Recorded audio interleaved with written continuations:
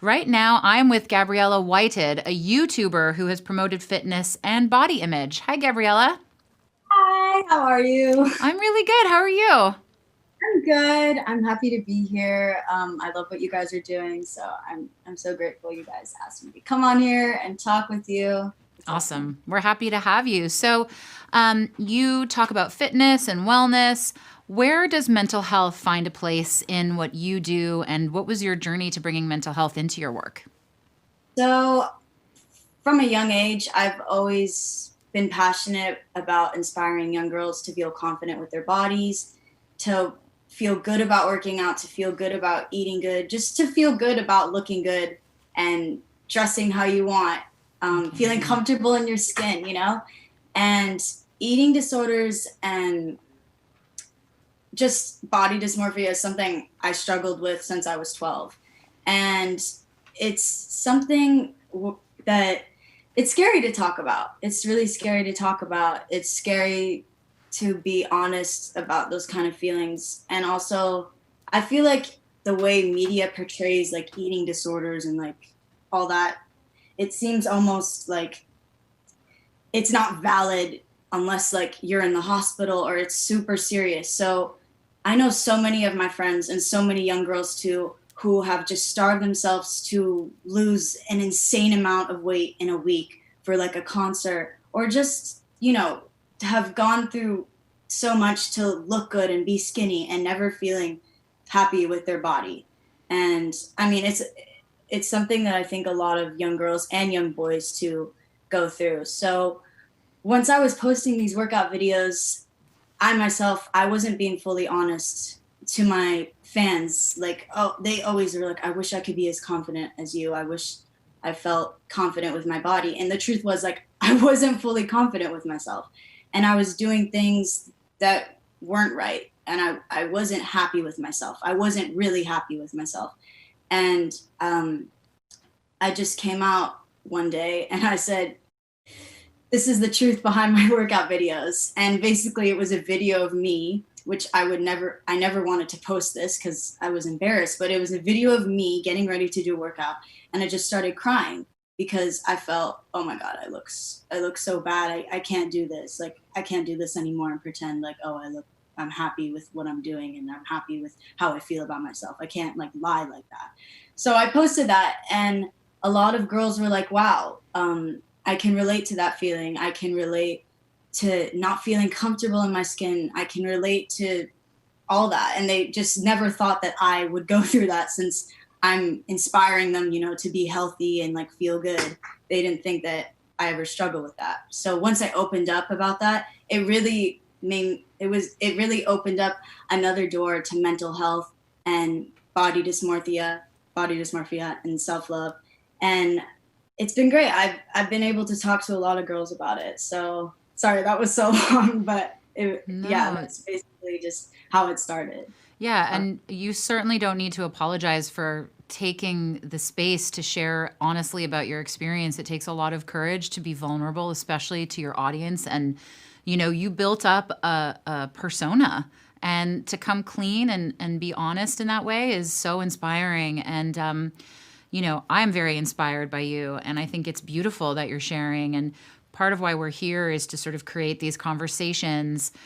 What advice would you give to young women and men who are watching this, who are battling eating disorders, who are struggling with body dysmorphia, who are bombarded by images of, perfection?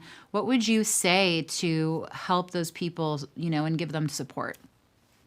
I would say um, to really look at yourself. And if you're on Instagram constantly comparing yourself to these perfect images, to magazines, to all those perfect images you see, and just if you're comparing yourself constantly to other people or you're comparing yourself to the number on the scale, I mean, the just literally your self-worth has nothing to do with how much you weigh. And for me, for a long time, the number on the scale was how much I was worth. Like if sorry, I'm saying this in such a weird way. I don't know, it's crazy to say, but like the number on the scale determined if I was happy that day, which Mm-hmm.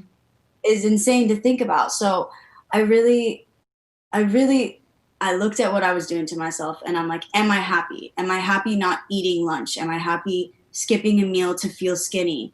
No, I'm not happy. I'm not dancing like I used to. I'm not wearing the clothes I want to, because ultimately this cycle of self-hate and starving yourself to look a certain way or to fit in a size zero, that's not ever going to make you feel happy. That won't ever make you feel good about yourself.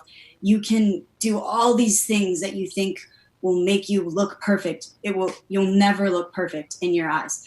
So what really helped me gain self-love was to focus on the things that made me happy and to focus on the things that made me feel good about myself. And that wasn't, oh, let me not eat so I can be 100 pounds today. Like, I mean, that's crazy. You can't live like that. You can't live like that. So if anyone is struggling with that, sorry, bro, I'm getting like You don't emotional. ever have to apologize for being emotional, right? It's like it's like hard to say that. It's crazy to even. I'm so far from that mindset, so it's just like hard to go back into that. But yeah, thank you, by the way. So nice. But yeah, I just think developing a healthy relationship, especially in quarantine, is something that we are blessed with in this time. This time we can really sit back and think, I love preparing the meals that I'm going to eat. I can cook with my mom or my sister, and I can really enjoy and love what I'm eating and enjoy making the food instead of being like, oh my God, I have to eat today. Like, it doesn't have to be like that. You can have a beautiful body and eat what you want and enjoy the food, enjoy cooking. I don't know. That's just, it's a great time to really think about what you're eating and to appreciate it. Like, you have food today. That is amazing. Like, some people don't. So never take that for granted. Truly don't. So That's yeah. an amazing reminder. You didn't say this word specifically, but it's something I was thinking about while you were explaining and sort of exploring what this trajectory has been for you, and that's shame. I think so much of disordered eating and body dysmorphia is built on shame. How have you dealt with your own shame, and how do you feel like people can maybe overcome the shame that inhibits them from healing? Oh, I'm so glad you said that. I'm so glad.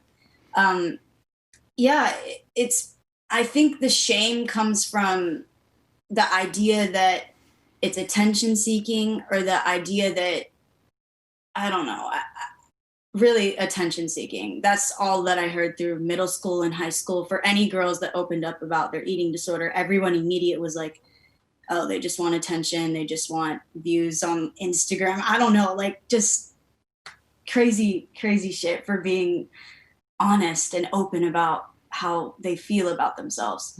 So I think how I dealt with the shame was to really understand that nobody's opinion had anything to do with my self-worth, and nobody's opinion could affect how I feel about myself. The only thing that can make someone really truly embrace who they are is to be vulnerable and to be open.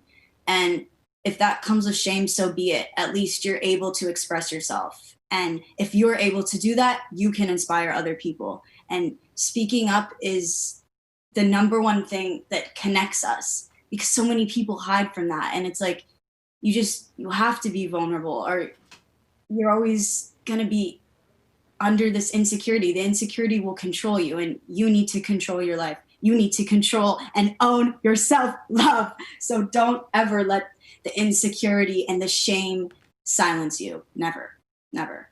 So, yeah. Strong, empowering words to end with. Thank you so much, Gabriella, for your time and for sharing so openly and making it a safe space for other people to feel like they can share. Thank you.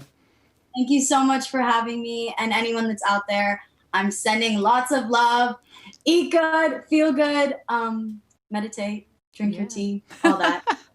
Thank you.